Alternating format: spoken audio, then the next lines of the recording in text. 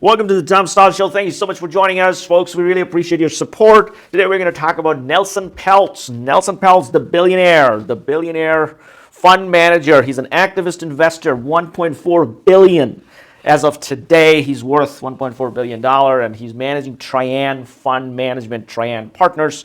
So that's, I think he has around 8.5 billion assets under management. Now, he's an activist investor. For those of you who are not familiar with what an activist investor does, an activist investor basically buys a chunk of the company, a few percent, takes a minority stake in that company or majority stake, whatever, and then wants a couple of board seats, and they have an agenda. They want better stock prices, cost cutting, things like that. Once the stock performs well, they usually sell their stake and take out the profit for their investors. In simple terms. Now, Nelson Peltz, the most famous activist investors would be your Bill Ackman, your Carl Icahn, people like that. Nelson Peltz is recent. He's been doing it for quite a while, but this is, I think he's peaking now. So he did the P&G fight. He won the Procter & Gamble. He won the board seat. They were not going to give him any seat. Then he had to do the proxy battle. Now, the SEC made the proxy battle a little easier now, so now he's going after Disney. That's what we're talking about here. I did a video on Disney a couple months ago when Bob Chapek got fired and Bob Iger took over. I clearly remember I said Disney successor, finding a successor for Disney would be a major milestone for Bob Iger, and I recommended a co-CEO structure, having two CEOs, one for the creative side, one for the mergers and acquisition side, so that, because the question I mentioned at that time was the size of Disney. Creativity and all that is important, but the size, in order for them to grow, inorganic growth needs to be an important component. It cannot be just organic. It's not going to be possible because they are already so gigantic. So they will always have to keep on expanding through inorganic acquisitions, buying out different companies. I mentioned that, so one CEO should be focused on that, the other CEO should be focused on the creativity side, the parks, the magic, etc., etc. Now, so I don't know whether Nelson Peltz wants that, but Nelson Peltz wants a seat at the Disney board. He's going to go with the proxy fight. Bob Iger, he had a call with Bob. He met a bunch of the board members, but he's not given up. He wants a seat at the board no matter what. Last time, Dan Loeb, he's also an activist investor, but they kind of deal with Dan Loeb, and that's fine. Dan is like, okay, that's fine. I don't want to deal with it. But Nelson Peltz is going all in. Now, Dan Loeb, Nelson Peltz, both of them, I don't think. Listen, Dan Loeb, by the way, had a bad idea. He was trying to spin off ESPN and ABC, things like that. I said, no, that's not a good idea. But Nelson Peltz, finding a successor and some cost cutting, I would say I'm 50-50 on this one. So finding a successor, yes, I 100% support Nelson Peltz. I support that he should get a board seat. I know it's going to make Bob Iger's life a lot difficult. It's going to bring up that same Kareem Daniel vibe that, all those things that happened during the Bob Chapek situation.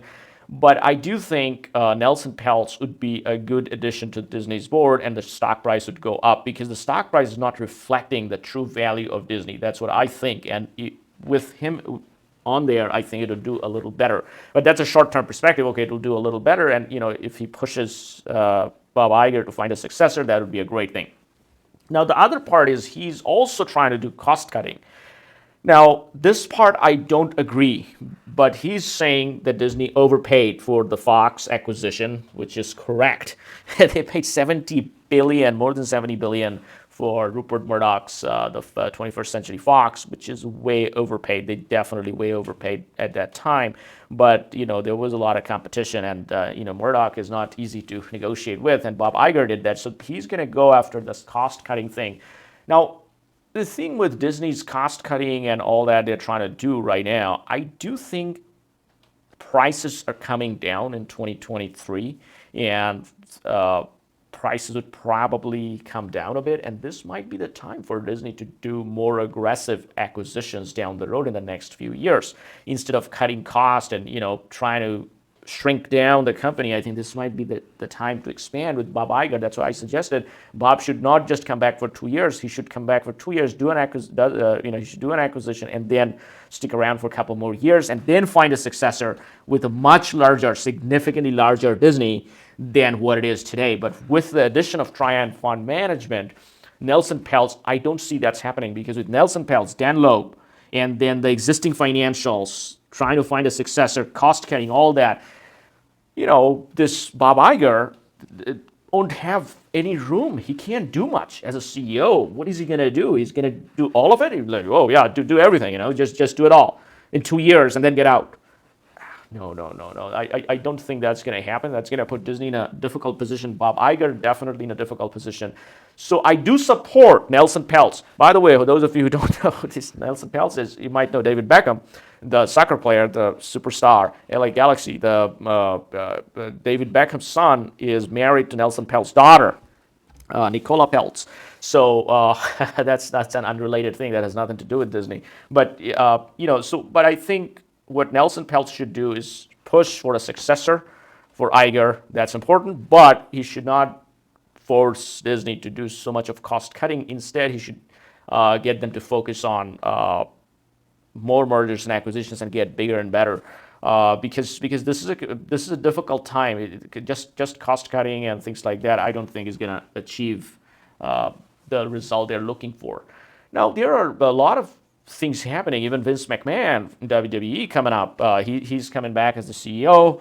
Stephanie McMahon, his daughter, resigned from the board. So Vince McMahon is looking for a strategic alternative. So he's looking for a sale for WWE. Now, WWE is selling for $6 billion or so. Disney paid like $70 billion for 21st Century. So I think Disney should keep that in the back of their head. I haven't given it 100% thought that, okay, whether Disney should be buying WWE, but this should be something Disney should think, consider, look into, and then see the pros and cons and make a decision on that. But that could definitely be an alternative, because the UFC is owned by these guys, the Endeavor Group, right?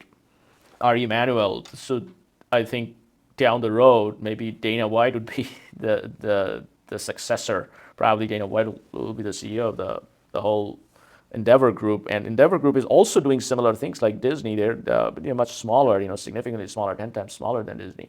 But Endeavor is also doing these acquisitions, the PBS, the UFC, the bullfighting and all these. They're buying things up.